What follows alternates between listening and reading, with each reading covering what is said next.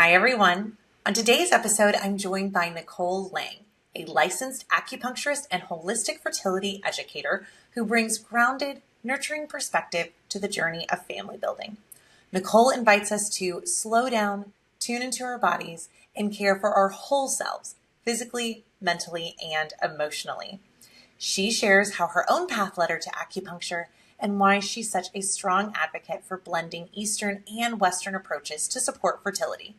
We talk about the emotional layers of healing, the impact of stress on the body, and simple, practical ways to feel more balanced and supported, whether you're the one getting the IVF shots or walking alongside someone who is. Whether you're an intended parent, egg donor, surrogate, or simply curious about holistic fertility, Nicole's insight will leave you feeling more connected, more informed, and more empowered in your journey. Enjoy! Me, you, and who? Who knew it would take more than two people to have a baby? In a world where infertility is no longer a taboo topic, this podcast will take you through all of the different aspects of surrogacy and egg donation through the lens of many who walk this journey in different ways. My name is Whitney Hall, and I am a two-time surrogate, now turned surrogacy coordinator for Egg Donor and Surrogate Solutions, the very agency I used when I chose to carry for two amazing families. With this podcast, it is our goal to help guide and support you as you learn about what it takes to grow a family in an alternative way, as well as hear inspiring and beautiful stories of how this path has changed lives forever. We can't wait for you to hear about just one more way happy families are created every day. Well, Nicole, thank you so much for being here. I am so excited because acupuncture, I think, is one of those, I feel like whenever you Google or you Pinterest or you do any sort of research, I think all of those, kind of fun things that like, here, eat more pineapple or drink pomegranate juice, and then it says acupuncture. And, I think it's one of those things that like pops up. And Absolutely. A lot of people say it, but they don't necessarily know a whole lot about it or, just all of those things. So I am just so excited to talk to you and just hear more about, just what acupuncture can do when it comes to, fertility. But before we get there, just like, tell us who you are. Let's just let's find out your story. So please, Nicole, go for it. Well, first of all, I'm very excited to be here too. And I'm excited to be talking about one of the actual evidence-based things on that list because the pineapple core and the magic socks and all of that, we can talk about that. It's so sweet. And it does have a place actually in holistic kind of medicine, but it's not scientific. It's more rituals and community and all sorts of really fantastic ripples that are real and do things in the body. But acupuncture is very evidence-based, and I am a very strange acupuncturist because my foundation is in science. Yeah. And so my first book when I was growing up was How Louis Pasteur Invented the Vaccine for Rabies. That was my first favorite book. And some people will know it of a certain age group, and they're like, I had that. Those are my people. I know I listened to your episode with Jordan, and she just talked about how much she came to egg donation being a science nerd. Absolutely. I was going to say, kind of you were a self-described giant science nerd. Oh, huge. You actually said you were on a career path towards just genetics. Yeah. So I wanted to, I grew up in the age of Jurassic Park, and I was like, yes. I'm going to do genetics. Got accepted to a fancy school. I was AP everything science, and then this upheaval in my own life happened, and it led me to question everything. And that upheaval was in the form of lack of control and everything that I thought I knew and everything that I thought, you behave this way and you have this certain sort of life, which really relates a lot to how people feel going through fertility. But for me, it was a sexual assault and a suicide attempt because it really shook who I thought I was and what it meant about me. And so I had this really hard turning upside down, and Western medicine saved my life. It was all my family knew. It's all I knew. It was amazing. I was in the ICU. and I got stable, and I got all these amazing piecemeal treatments like Western Mhm. medicine can do for Yeah. different bits and parts of me. But I got to this point kind of in my mid 20s where I had gotten as far as I could go there, Mhm. and I didn't feel as good as I wanted to feel. And so I was like, what's sciency, but maybe goes somewhere beyond what I know. And I learned that Chinese medicine is a master's degree, and the academic nerd in me was like, okay. And then it was like a third of it is Western medicine, and I was like, okay. And then I was like, cadaver lab. All right, I think this is for me. So I showed up, and literally all the people in my class were like, I was wild harvesting herbs in India, and I've been helping deliver babies, and I've done holistic medicine my entire existence. And I was like, I have Doritos in my lunch. Yes. I'm here for the cadavers. I love it though. I mean, I really, because I think I think you're the general kind of, thought whenever people are like traditional Chinese medicine is this Hmm. whole like, let me go harvest things, let me, Totally. wear my boho skirts and, and Hmm. whatnot. And there's this kind of this image of it. And I love that you were like, no, no, no, no. Like, yes, that's, sure. We can Intrigued. appreciate all of that. But there is science Yes. behind this. And I love that it's not one or the other, it's bringing them all together. And in your case, I love that you Yes. honor, how Western medicine saved you up to a point, and instead of accepting where you were, you wanted to go beyond that. Yes. And it made me a weird acupuncture student and a really weird acupuncturist because there's this polarization in so many things right now, but including in fertility medicine where it's like pick, are you natural, are you holistic, or are you doing Mhm. treatments, or do you want to fix this with seed cycling? Spoiler alert, don't do that one. Um, because it's not so evidence-based. Or are you going to do this birth control pill, which is unnatural? And it's just so unhelpful and uncentered on the patient experience, on the person at the center of it who just wants to feel better and feel whole and feel seen and use all the tools. And Mhm. so I love being this kind of acupuncturist that can marry this traditional, tried and true modality that sometimes we don't really understand fully, even scientifically, with what we do know of the modern research, with the very science heavy fertility treatments. And that's all I do for 18 years. Because of my experience, I really felt drawn to women's health and mental health. Yeah. And so I did a lot of extra studies on that. I launched my practice and I said, this is all I'm going to see. And that's all I've done for 18 years. And it very Mhm. quickly turned into a lot of fertility work because it's women's health and trauma and a lot of grief. And so it's such an honor. Oh, I love that. I love that. One of the things that I love that you mention it is, it's on your website. You mentioned the phrase depth over volume when it comes Hmm. to patient care. Can Yeah. you kind of just go further in what you mean by that? Yeah, so again, weird acupuncturist, but when I started in the student clinic, everyone was like, this is so slow. We need to see more patients. And so many people are just, you do your intake, they read it, they make their Chinese medicine diagnosis, and then it's hop up on the table, get the points, get the food recommendations, maybe some herbs on your way, come back this many times at this part of your cycle. And that to me was just, it was like, that's still very doctor centric, even though it's Mhm. from this model that's supposed to be more holistic. And so Mhm. I was like, no, I want to explain when I read a person's forms what I'm seeing and why I think they have the Chinese medicine diagnosis they have, how they got it, the ways that they can influence it, the ways that it is constitutional and that it's not something to be fixed. And so the beauty, the nuance, and so I see close to half the people, a little bit more than half the people in the time that most people work, the volume. And I love creating education. And I have had a wait list for almost 18 years in my practice because I think it's what people crave. It's Yeah. what I wanted. I wanted to understand, okay, why do I have stomach aches and anxiety and I can't sleep and my periods are horrible and 50 other things. And when I was going through to be a student, I got to see how those things interconnect and the explanations holistically.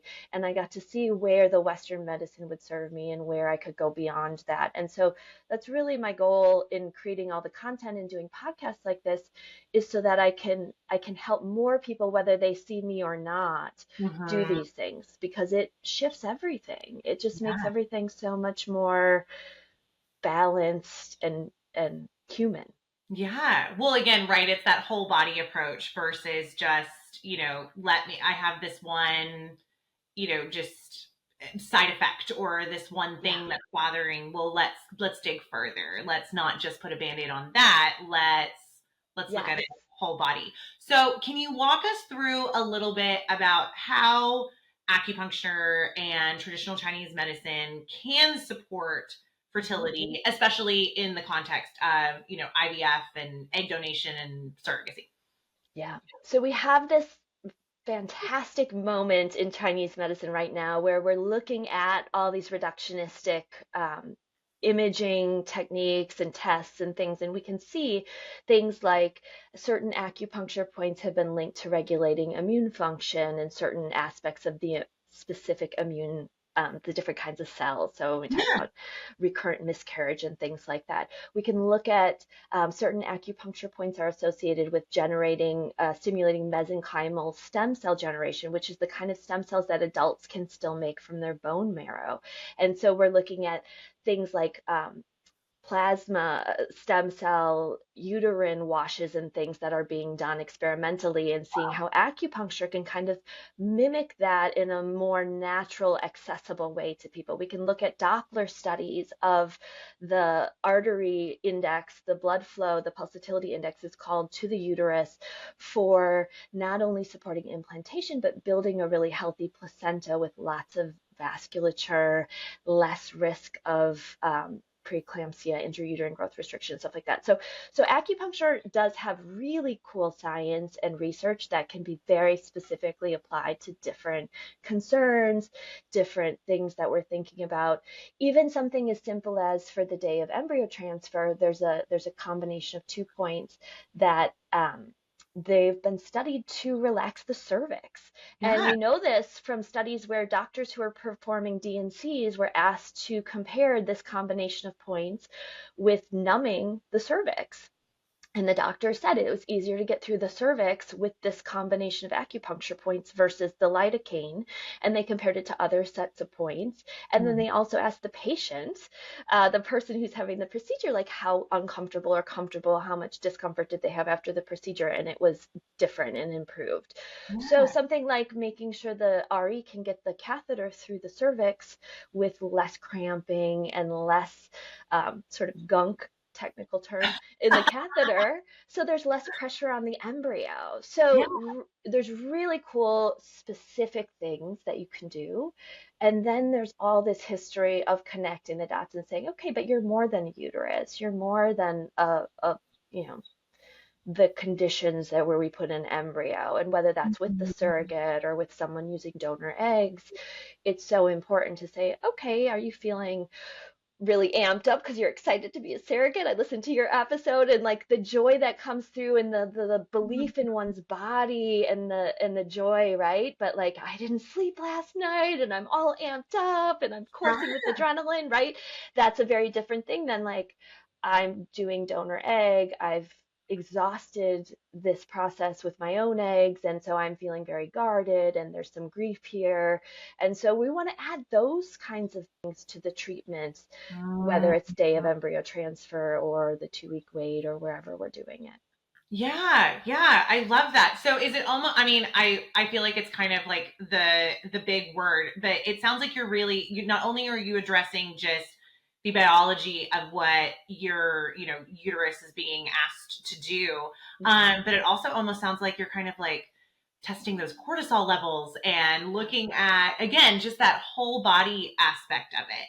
Yes. And so much of kind of that. when you alluded to the I'm looking at Google and what should I add, right? Yeah. There's a slippery slope here because sometimes any of those things that you listed can be done in a way where it's kind of what I call clenchy, which is fight or flight, and it's Yeah. releasing cortisol, and that's competing for receptors with the same receptors as like progesterone, which you're exogenously injecting, and you want it to register, right?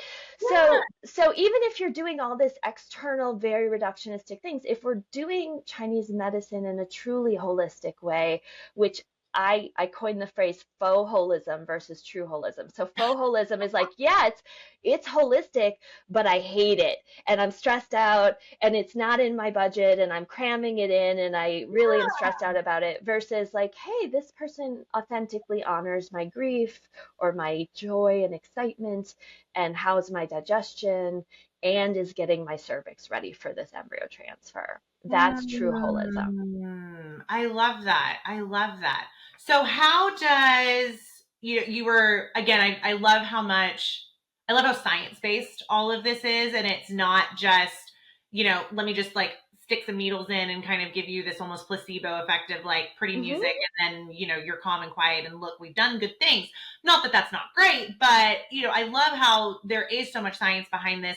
How does that pair with what the RE is doing? You alluded to, I love that you alluded to the birth control pill, because I only did acupuncture for one of my journeys, and I mentioned to the acupuncturist that I was on birth control, and she got the biggest eyes, and there was, I almost felt this sense of judgment, and I was like, Ugh, I'm a surrogate, so I will be on the birth control this because is required. I'm told to be on the birth control. Like that, that's what I've been told to do. So, Yes.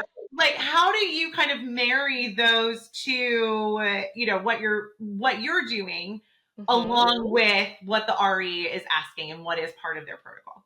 Yeah, first of all, that is such a perfect example of faux holism. It's like I'm going to shame you and make you feel like you should be doing it different, but also I'm supposed to be making you feel more balanced. That's such a like that's not okay. That's what we need to see. I talk about taking off the like baby blinders of faux holism and being like, is this actually serving me? Does this feel supportive? And we know acupuncture's more than placebo, right? So acupuncture outperforms placebo, but placebo, I could nerd out. We could do a whole nother show about placebo. Like placebo is neurochemicals and electrical signals and your brain activity being in different areas. And like this is and that's where like the socks and the ritual and the community can be medicinal. Yeah. But it's not the socks, it's the neurochemicals that the socks are, and for another person it might really stress them out, so then they're not getting that. But like taking all of that placebo plus what we know acupuncture can do beyond placebo, and then true holism is honoring like, okay, I understand that absolutely a surrogate needs to down regulate and get prepared for this transfer and not have her ovaries in the mix or risk ovulating in certain types of cycles. And so maybe it's more like, oh, you're feeling kind of bloated and bogged down because you just started birth control, or you're feeling more tired because you're just adding these exogenous hormones, and we're going to amp up as we add maybe estrogen patches. And so, Mhm. we're going to follow that instead of making it feel like it's a unnatural thing. We're going to say, okay, then you might not always be constipated, but when you're taking all this progesterone, you have a very good chance of becoming really constipated. So let's add constipation points. There's some really great intestinal motility points. There you go. So it's about, you see the Constitution, you see the classic Chinese medicine, you see the modern science, and you marry all of that with what's specifically happening in the cycle, and all of a sudden you have again true holism, where it's like it's not picking or one is better than the other. It's all of it, and it's all Mhm. really important and beautiful and in service to, like, what I don't ever want to lose sight of is this is in service to people that have love in their hearts and want to have a family and want to parent. And so a big part of what I talk about in my online courses and in my content is just thinking about the ratios of what we're doing. Like, yes, I want the cervix to be relaxed, but I really want to create an environment where we're just making this embryo feels the body feels safe to say yes to a pregnancy, Mm. because so much of this process, especially on the donor egg side, has kind of gotten to where you kind of forget, or you get these suggestions that say that that has to go in the background until you have a baby. And Mm. so if we can bring that back and be like, no, this is really about you, if you're partnered, you and your partner, you on your own, you wanting to have a baby, and that creates all these ripples and all these neurochemical things and changes, and just feels nice and protects a person's mental health and quality of life and relationships too. Yeah, yeah. Again, I really just love this emphasis that you have on that whole body, that, hey, we're going to come alongside, and there are very obvious side effects to taking those hormones and doing all of those things, and let's address those, and let's also address the obvious mental health that is going Hmm. through, whether it is you're so excited or whether you're so nervous, or whether it's both, and just all of those things. Totally. What are ways that, and we've kind of already addressed it, but let's say, I think you did such a great job of, kind of saying like, hey, it maybe isn't always in the budget for someone. Hmm. And, or it could just be a geographical issue and there's just nothing available. What are maybe some of those other things that someone can do, whether it's different different Chinese medicines, different, we kind of alluded to the socks and the, Yeah. pineapple and, like things like that. What are some of those other things? And is there harm in any of that countering what your RE is already doing? I think if it's faux holism, there's a risk, Okay. right? If it's something that's stressing a person out or making a person choose, like I've had people that are like, well, my acupuncturist told me I should take these herbs during my IVF, but my RE said absolutely not. Like that's harmful. And Yeah. and not to say that the herbs are technically harmful or that either person is wrong about their modality, right? We all want to do no harm, but the what we're creating in that person is Mhm. this sense of like, where's your loyalty? It's such a gross thing to, or like what are you picking, versus no, I'm going to enter in wherever I can, and there's literally a bajillion ways to be truly holistic. So there are specific things that you can put in that are more direct proxies for acupuncture. So on my fertility freebies page, I have a whole acupressure guide that is got a Yeah. glossary on the back. That's if you're doing a transfer, here's some points for before and after. If you're constipated, if you've got a headache, here's some points. So there's ways to DIY that. I have one of my most popular YouTube videos is about castor oil packs. Those can be nice self-care rituals for pelvic circulation. There's electrostim acupuncture, which can be somewhat mimicked by TENS units and not or cutaneous above the surface kind of substitutes that people can DIY. I've got YouTube videos about that and talk about that. Mhm.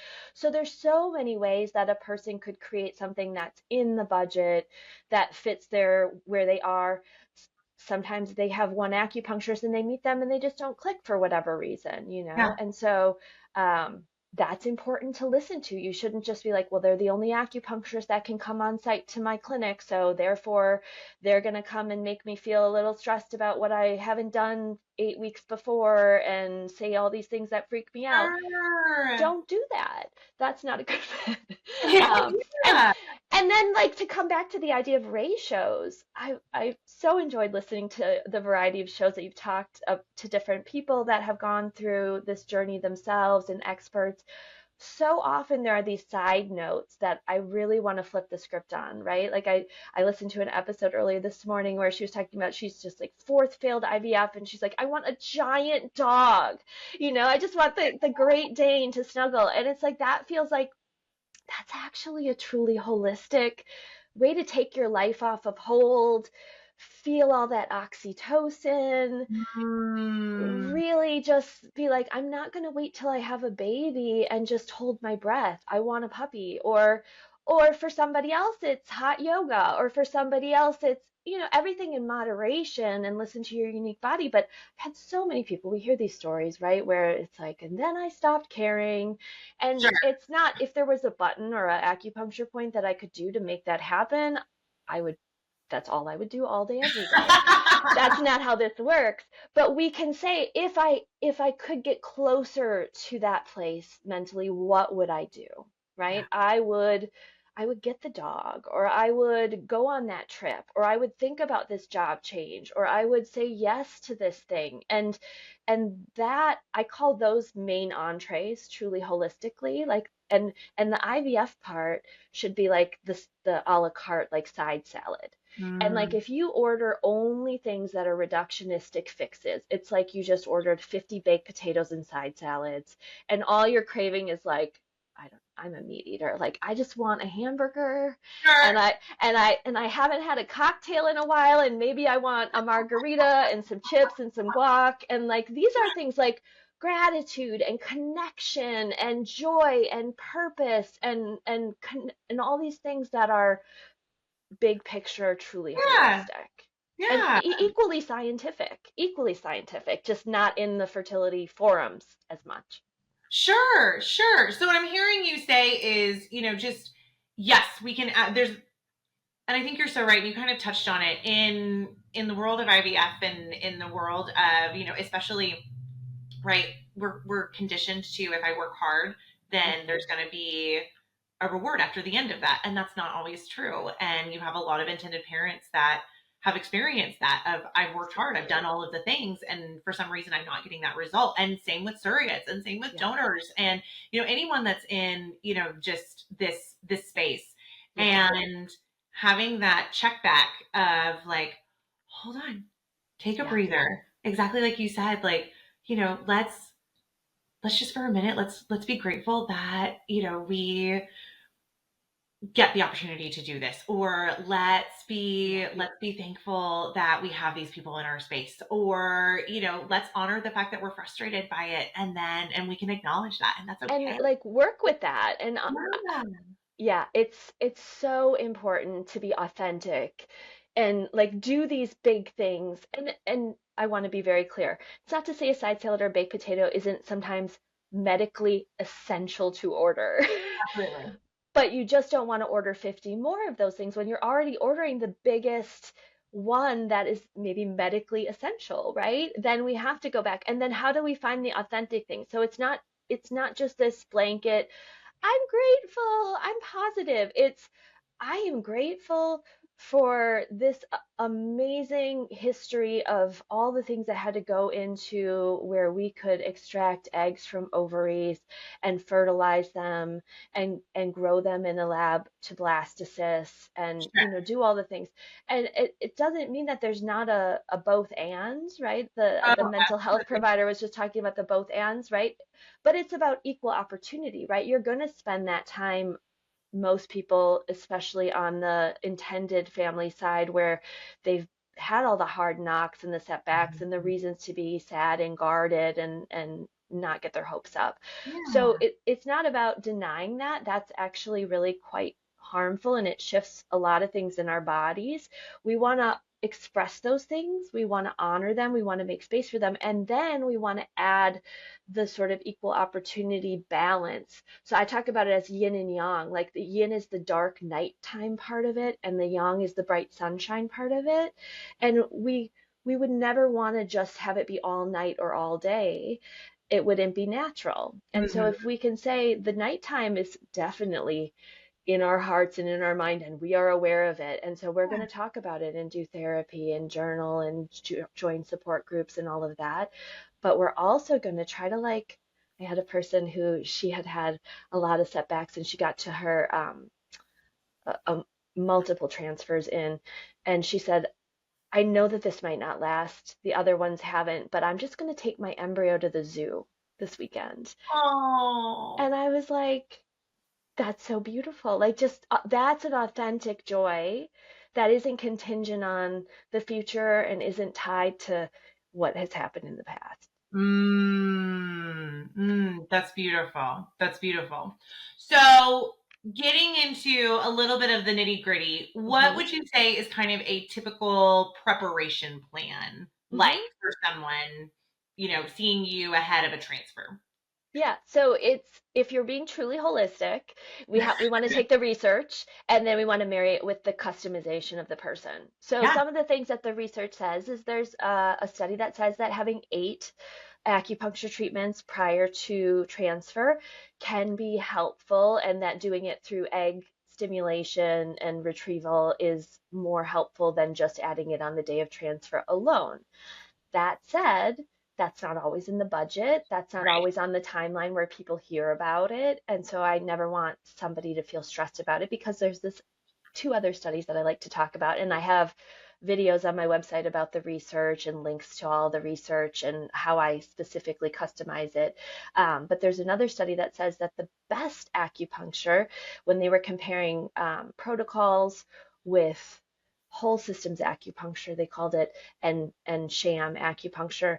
Whole systems acupuncture beat the others, and what they said was whole systems acupuncture was what we've been talking about, which Right. is what fits the person's budget, what their body was actually saying. Instead of this is just the protocol for egg stimulation, we're going to do what this person's body is also saying. Hmm. And so that outperformed do these points 8 times before you do this procedure. And Right. then there's another study that I love. There was an RE that sent this to me when it got published, and she's like, Nicole, what do you think about this? And I was like, oh, the study was that acupuncture was harmful in this study because they had it offsite with an acupuncturist the person had never met.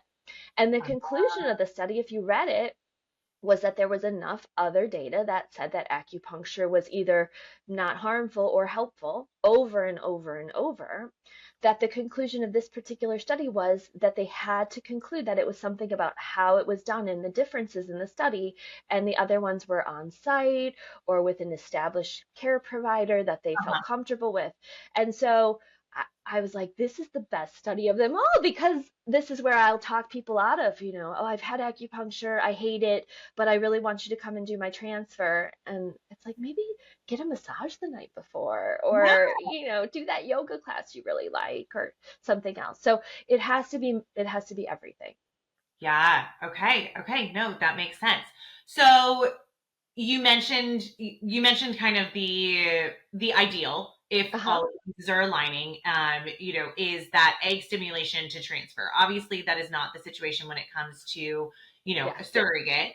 Yep. Um, but there's a different protocol with the surrogate. However, you are also, not only are you working with the surrogate, but you're also kind of working for, you're not for, but with intended parents as well. What's kind of that unique support that you would provide in those types of situations where it's the surrogate that's your physical patient, Yeah. but then there's also the intended parents that are part of that process too? Yeah, there's so many ways to do this, and it's so sweet and so holistic. So it, there's a lot of information right on day of embryo transfer, doing acupuncture right before and possibly right after, hopefully on site if at all possible, makes it even more effective. And so I've done about 1,000 transfers. And when it comes to intended parents that are working with surrogates, it can look like so many different ways. So sometimes it's just like, just support the surrogate, we'll be over here doing our thing, just like thinking about you. And sometimes it's everybody in the room. Sometimes it's the intended mom and the surrogate. Sometimes it's the intended parents getting a few points and like kind of doing things together. And so again, true holism is what makes this feel really special to you guys. I told Yeah. you the story when we were emailing about a Oh couple. gosh, yes. You have to tell this story. It's so this hilarious. is I mean, and this is a good example of sometimes you've had this hard journey, and then sometimes it's purely logistical. So this was a couple that was working with the surrogate because there were 2 intended dads, and they had really hit it off with their surrogate, and they had gotten to the point where they knew that she had a celebrity crush, and they were like, you're gonna be thinking about this guy, and you're gonna be, and just kind of having a fun Sure. time with it. And so as I was talking to them all and making sure they all were having the space to tell me what felt important for the day to feel the most supportive for them and trying to kind of weave it together. When I was talking to the dads, they were like, Nicole, is this crazy? We got a life-size cutout of her celebrity crush, Oh my God. and we're trying to figure out like where this could be a part of this day. And I was like, this is my address. Drop it off at my house. I will get there early and have it in the transfer in the acupuncture room at the IVF clinic. And so I come hauling this life-size cutout in, and the staff at the IVF clinic were just so fun with it. They were taking selfies. Of course. It made these two intended dads and this surrogate like just shine that day. Yeah. They walked in first and saw it, and then they were waiting for their surrogate, and she literally like fell down to her knees laughing as she walked in, and I was like, cancel the acupuncture. My job here is done. Like it's and we did the acupuncture, and they've worked together for two kiddos and have this amazing relationship like you feature so often on your show. But that I was like, that's such a you'll never bring a giant character cutout to your transfer or watch goat videos or look at pictures of your biological kiddos that make you feel warm and fuzzy or whatever, but like there's so Yeah. many ways to make the surrogate feel that safety and joy and connection and the same. So if the intended parents aren't there, creating that space for them to feel their authentic feelings. And it's okay to feel guarded. You're not going to jinx anything. Like, this is a big thing to let go of this control, Mhm. and also a really hopeful, amazing thing.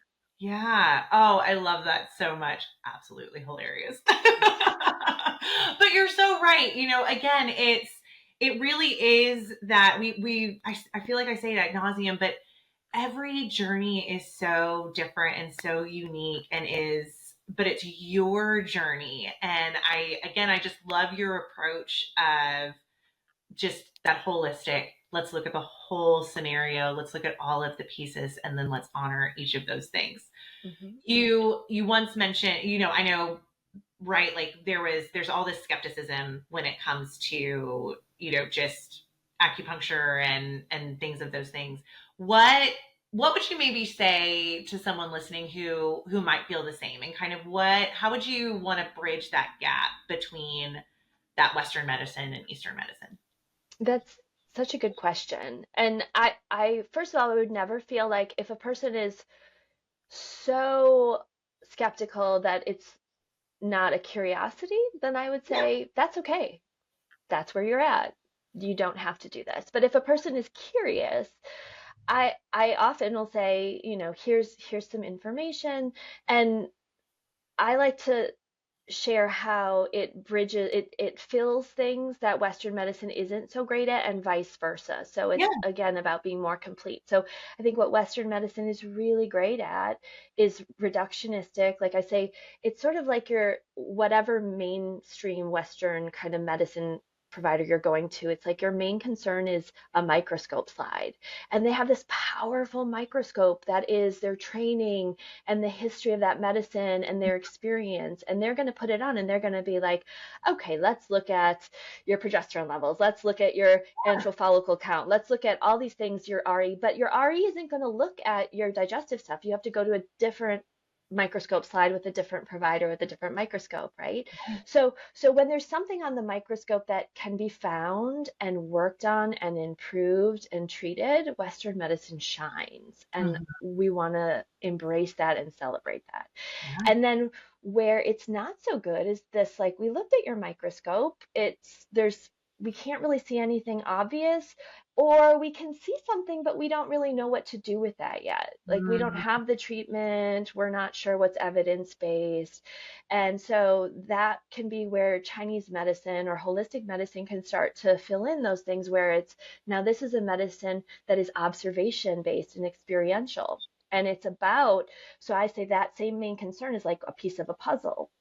And I want to look at the lobes and the colors, right? You're not going to just blindly magically get the puzzle piece right if you don't examine it. Yeah. But I need to get more and more pieces of the puzzle. So, what's your sleep like? What's your relationship like? What's your mood like? What's your periods like? Whatever is relevant. And then I put those all together and I can see things that are like, oh, it's this pattern of high threat, or it's this pattern of not quite having enough resources in this particular way that we can work on conserving and building up and things like that.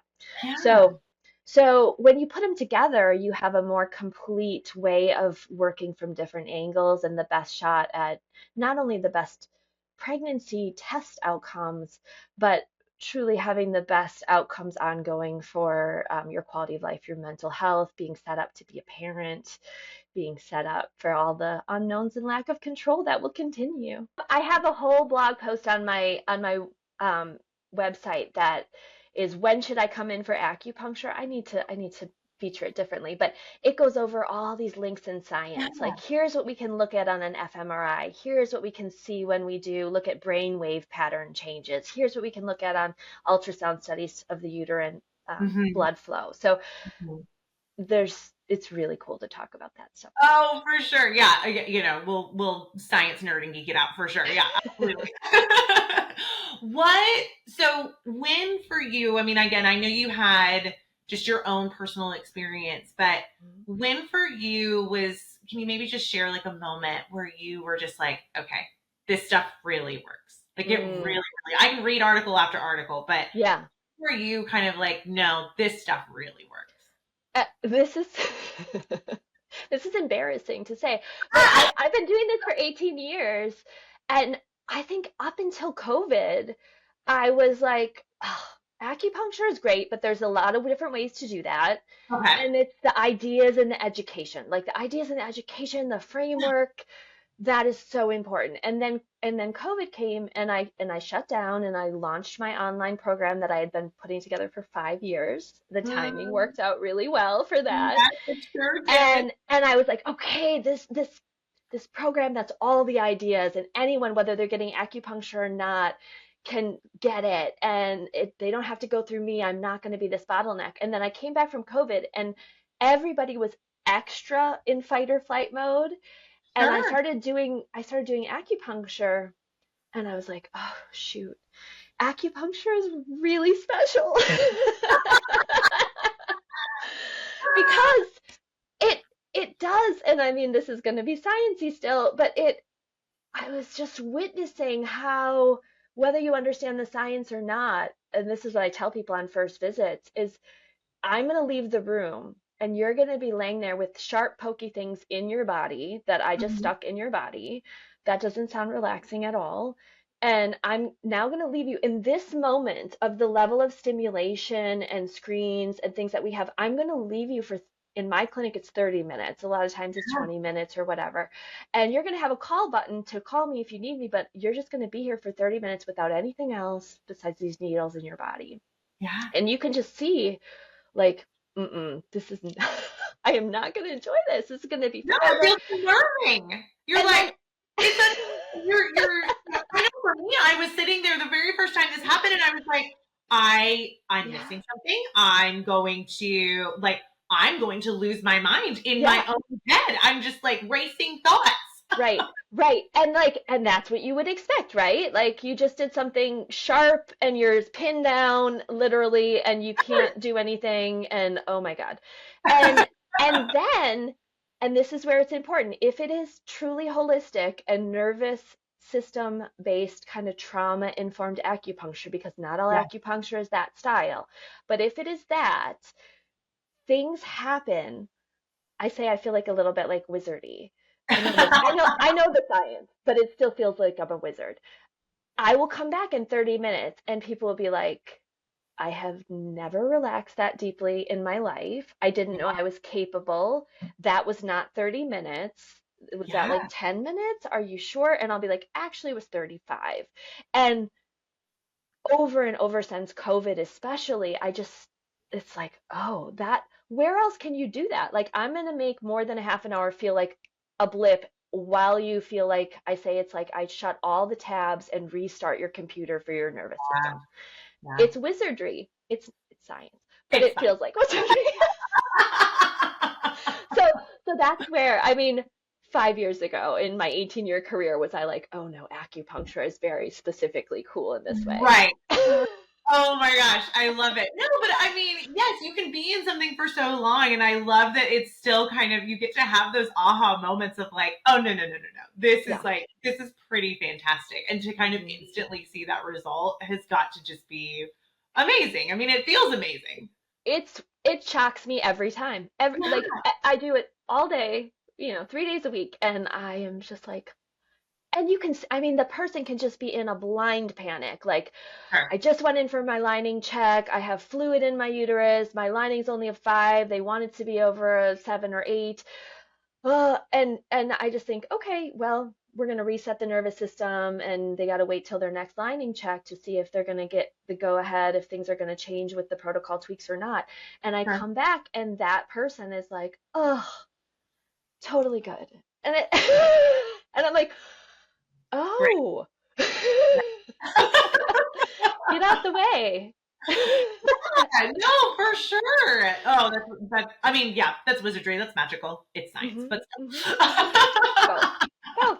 No, both and no, that's Hmm. perfect. What, and we've kind of talked about it, and or I shouldn't say we have talked about it, but just from for the people who love those hands-on things, right? Like Hmm. we always talk about the socks and the pineapples and the pomegranate juice and all of that. Yes. What are maybe just some small everyday things that people can do for their fertility from that TCM, traditional Chinese medicine, perspective, even if they aren't doing acupuncture? Mm. Okay. I love, okay, so we're going to marry acupuncture, acupressure with some nervous system reset. So there's a point, I don't have a microphone here today. So there's a point right on the sternum, on the midline of the sternum, that stimulates the vagus nerve bundle. This is the nerves that tell your body to go into rest, digest, and reproduce. And Mm, so you can, if you like, sort of pressure, your eyes do this too. If you put a weighted eye pillow on, you can put something weighted on your chest and lay and do a meditation there and see if it feels any different than just trying to follow the meditation without that either eye or chest stimulation. And then mhm. what I like is in Chinese medicine, there's always this idea of two things really mattering. It's, do you have enough, and is what you have available and in circulation, right? So Mm, you can get into like, what are we talking about when we're talking about enough, but it doesn't really matter at this level. And so do you have enough, and is it circulating? Is it actually available, and or is it stuck in fight or flight? So just by stimulating and telling your body, okay, get it back into circulation, that's going to be an instant way to improve the resources that your body's feeling.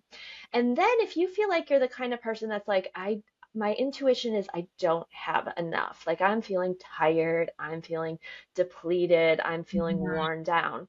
The pressure idea is really nice on this. So like laying there still, kind of giving yourself space to just conserve, and maybe listening to a meditation or just doing some breath work with that pressure. But if you're the type of person, which oftentimes my patients are, at least 50% or more this, that are like, I'm pretty well resourced, but I'm really in the clenchy, what else can I do?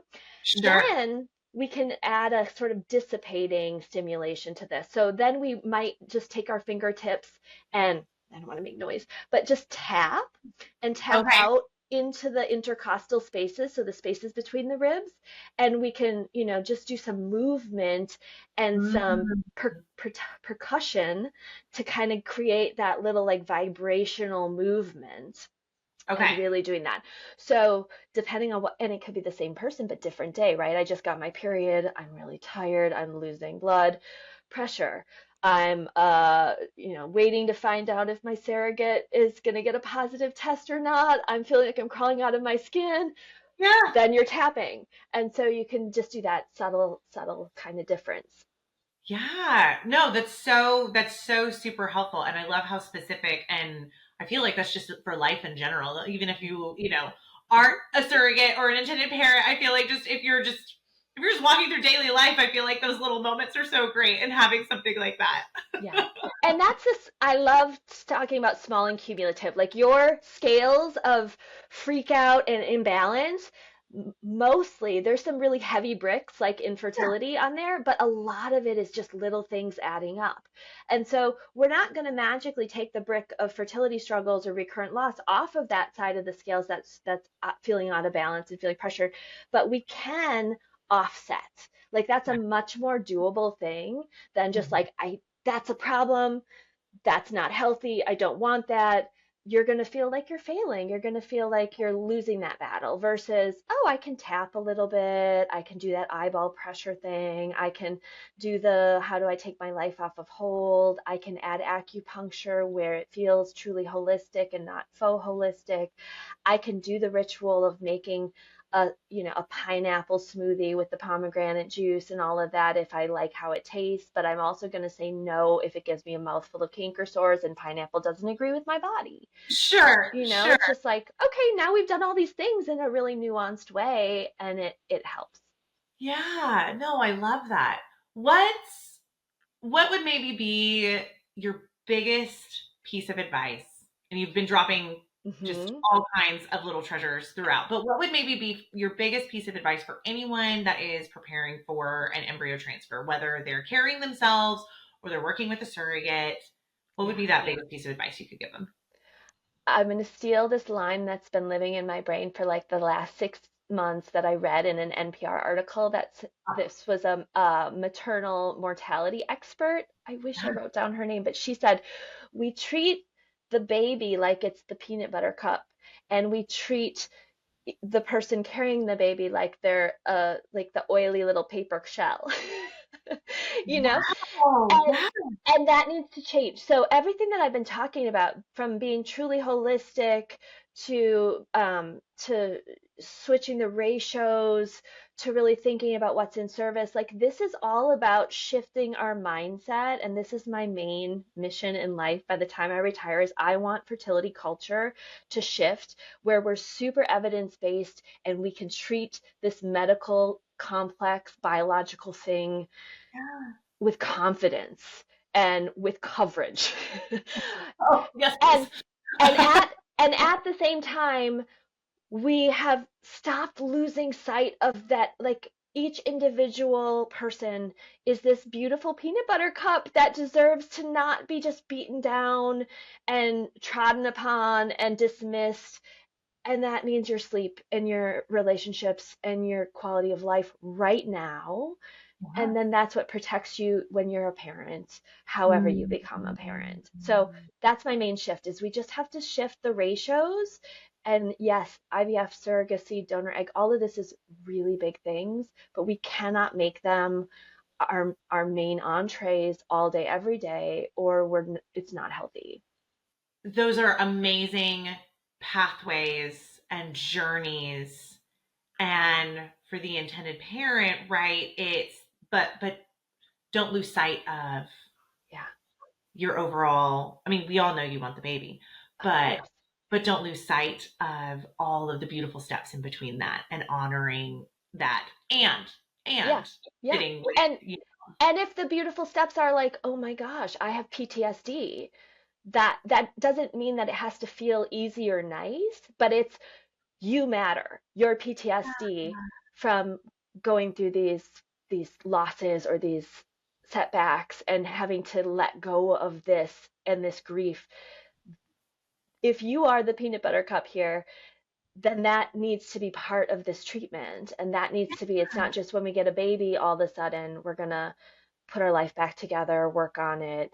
Do it now because it makes the mm, treatments more likely to work and it yeah, protects you and you matter. Like it's yeah. cliche, but it's like I just want to like give every single person this sort of push to connect the dots and know that it's not just this nice fluffy add-on.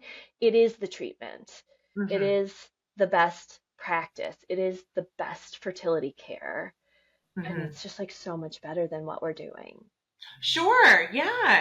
Again, just going back to that whole body, right? Like, yes, you as an intended parent, if you exactly like what you said, work on yourself now Mhm. and keep honoring what your body is doing. And then for the surrogate, right? Like Mhm. you're doing something amazing. Let's honor that. Don't just think of yourself as only what your body can do. Let's honor what your whole body is doing. And Yes. let's, help you alongside that. Exactly like what you said. Those hormones are doing great, big, great, wonderful things, but they can also be really hard. Let's And honor pregnancy, like that's insane. that. Like I you've done it for twins twice. Like I can't even imagine. I have two kiddos and I was nauseated morning, noon, and night with my son for 30 Sure. weeks. It's just like and that like and this was 14 years ago. It's like, yeah, well, you're sick.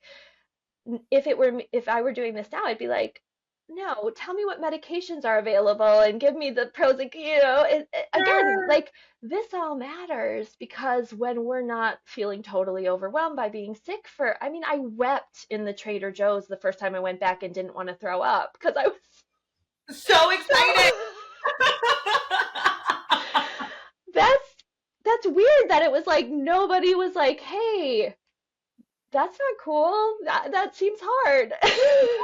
Yeah. Well, I think we talk about it a lot when it comes to just women's health in general. It right is kind of this idea of, well, it just is, and we should Yes. just accept that. Yeah. And no, it's Yeah. not just is. This is why Yeah. fertility should be treated as, there's a health issue. This is Mhm. why, like, this should not just be treated as, something just off to the side. Like, this matters. All parts of it matter. Yes, all parts of it. And it's not because mental health is separate and important, it's because mental health is enmeshed in the outcomes Yeah. and interconnected. And you cannot hurt one without hurting the other. And you can help one by helping the other. And I think we just totally miss this because we're so reductionistic and because of the way this sort of medicine in particular you just alluded to. It's like this Wild West special subset of medicine where a lot of the things that we would never do in other kinds of biological, complicated medical conditions still fly. You wouldn't be like, oh, you had a heart attack? Well, you could pay out of pocket for a stent, or you could, here's a glue stick, put some pictures of people with healthy hearts on this poster and try to imagine, it's it's Yeah. really we have to think about what serves women and people and the people that are involved around that baby, however that baby is happening. Hmm. And then the baby piece is easier to treat, easier to troubleshoot when it is medically complex. Right. Right. Absolutely. No, I think that just, it sums that up just beautifully. Beautifully. Well, I have one last question, and you probably know where I'm going. And really, Nicole, again, I want to thank you so much for taking the time to really break down something that can seem so woo woo and mystical and wizardy, what is actually, there, like you said, there is science and it really does embody this idea of treating a whole person, Mhm. and not just a part of it. And I love that so much. But my last question for you is, as everyone who knows me, they know that coffee and I are very codependent. And I always love to ask the question, what filled your cup today? Literally or figuratively, what is the thing that has filled your cup? I mean, honestly, doing this, I feel like from our emails, you're such a kindred spirit. I love how much you love empowering and connecting the dots. So this is a total joy. It is also my husband's birthday. Happy So birthday! thank you. And he does all my production, as we were talking about before this. So celebrating the people behind the scenes that make this Yeah. possible too, the partners that toil to get the editing and to make the graphics and to be awesome partners and support us doing this work that speaks to our heart. All of that fills my bucket and just taking time to be with another person that experiences that and to share with more of your audience. I said this in my email. I always encourage people, look at what you think is worst case scenario, like, oh, I wouldn't want to do surrogacy, but like learn about it, because sometimes there's this clarity or this sort of thing that you hear that you didn't know was a thing, and it might be a no clarity, but it sometimes is a like openness clarity, and so I started listening to this podcast just because I want to have more ways to share with patients to explore options. So you're filling my cup in all sorts of ways, and I'm really Oh, grateful for the Nicole. work that you're doing. Well, thank you. And I'm grateful for the work that you are doing. And so if you will please tell our audience, for anyone who does want to continue to be more curious and have a reliable resource to maybe start some of their own just exploratory and research, where would they go? So my website is lifehealinglife.com, which sounds redundant. It's as opposed to doctor fixing patient, it's life healing life. I love And if that. you go there, there's a tab with online education. So no matter where you are, people all over the world do courses. It takes you to my blog, to my YouTube, and I'm in the Twin Cities. So if you're in the Twin Cities and want to reach out, there's ways to explore reaching out and ways that I can personally support too. But it's all at lifehealinglife.com. And I've got a 1 week course, a 90-day course, tons of freebies. And one freebie in particular, I mentioned the acupressure one, but the freebie that's called the Extra Awful Infertility Guide, it's really made, it's like one of my most special freebie babies. Um, because it's extra unfair sometimes. Like the people that are looking at donor egg and surrogacy are often falling on the part of the bell curve that nobody wants to fall onto, but somebody has to. And so this is the reframes and the trauma informed mental health support for Yeah. like processing that part of it. Yeah. So that's free and that's on the website too. I love that. I love that. Well, again, Nicole, thank you so much. And we will also have all of those in our show notes as well. So for those of you who are driving and, not writing things down, they'll be in the show notes as well. But again, thank you so much, Nicole. And Such a pleasure. I'm so grateful for you. Same. Thank you so much for joining us on this episode of Me, You, and Who. We appreciate your time and hope you enjoyed our discussion today. As we wrap, we would like to remind you of some of the ways that you can stay connected with us and be part of the Me, You, and Who podcast community. Firstly, if you haven't already, make sure to subscribe to our podcast on your favorite platform. Hit that subscribe button so you never miss an episode and can stay up to date with our latest content. But that's not all. We also have an exciting YouTube channel where we share some bonus content, behind the scenes glimpses, and video versions of our episodes. Head over to YouTube and hit that subscribe button there as well. And don't forget to click the notification bell so you'll be the first to know when the new episodes go live. And for more exclusive updates, engaging discussions, and a chance to connect with fellow listeners. Be sure to follow us on our social media accounts. You can find us on Instagram, Facebook, and TikTok at Create a Happy Family. If you're interested in finding out more about creating a happy family, please visit us at www.createahappyfamily.com. Thank you again for being part of the Me, You, and Who community. Your support means the world to us. I can't wait for you to join us next time as we continue to share stories and journeys of creating happy families.